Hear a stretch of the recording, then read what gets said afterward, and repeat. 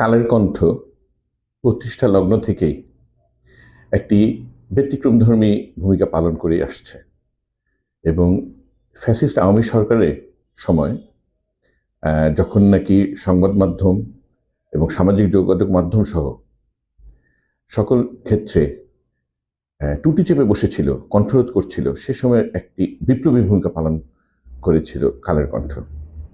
বিভিন্ন চাঞ্চল্যকর দুর্নীতি সংবাদ এবং সরকারের বিভিন্ন আপনার যে নিপীড়নমূলক পদক্ষেপ, সে ব্যাপারে বস্তুনিষ্ঠ সংবাদ পরিবেশন করে আসছে কালের কণ্ঠ।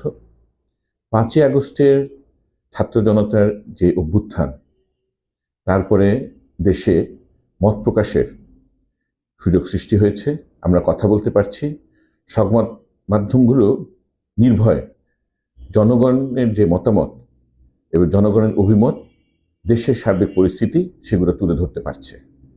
আমি আশা করব ভবিষ্যতে কালের কণ্ঠ যেন এই ধারা অব্যাহত রাখে এবং যে কোনো আপনার পারিপার্শ্বিক চাপ প্রভাব থেকে মুক্ত হয়ে যে সাংবাদিকতা আমরা আশা করি, যে পেশাদার সাংবাদিকতা, তথ্য নির্ভর সাংবাদিকতা, সেটা যেন বজায় রাখে, এটাই আমাদের প্রত্যাশা থাকবে কালের কণ্ঠের কাছে। কালের কণ্ঠের প্রতিষ্ঠাবার্ষিকীতে সকলকে জানাচ্ছি শুভেচ্ছা এবং আশা করি যে কালের কণ্ঠ দেশের সর্বশ্রেষ্ঠ একটি মাধ্যম, গণমাধ্যম হিসেবে প্রতিষ্ঠিত লাভ করবে।